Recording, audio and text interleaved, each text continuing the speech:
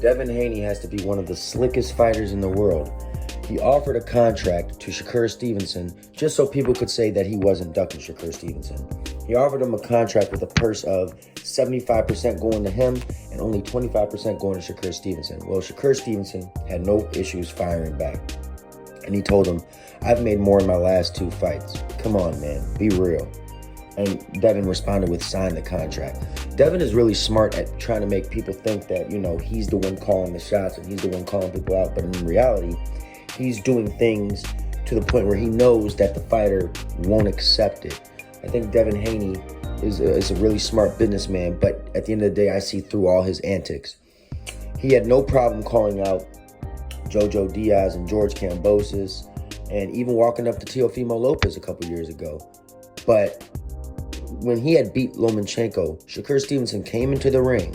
What did Devin Haney do? He said, "I'm number one," and he ran right out the ring. Devin Haney wants no smoke with Shakur Stevenson. I also hear that a lot of people are saying Shakur Stevenson is a duck because there's a guy who's fighting this weekend on the Duran Boots in his undercard by the name of Edwin De Los Santos. And they're saying that Shakur Stevenson is avoiding him, and De Los Santos has been calling his name out for a long time now. Even has his own Twitter troll page strictly for Shakur Stevenson.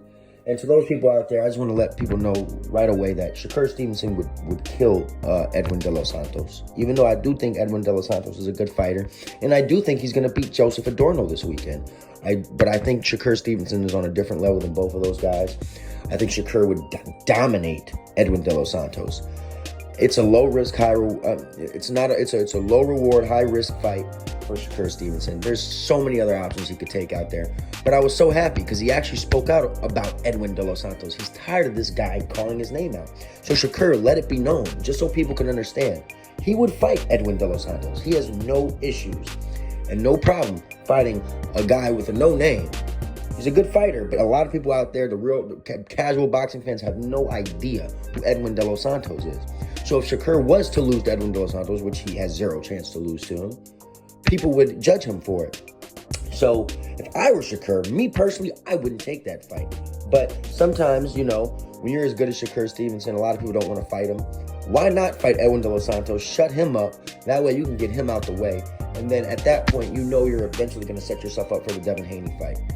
The purse for the Devin Haney-Shakur Stevenson fight should be 50-50. Devin Haney thinks he's slick. He thinks he's special. He's not a ticket seller. Shakur's more of a ticket seller than he is.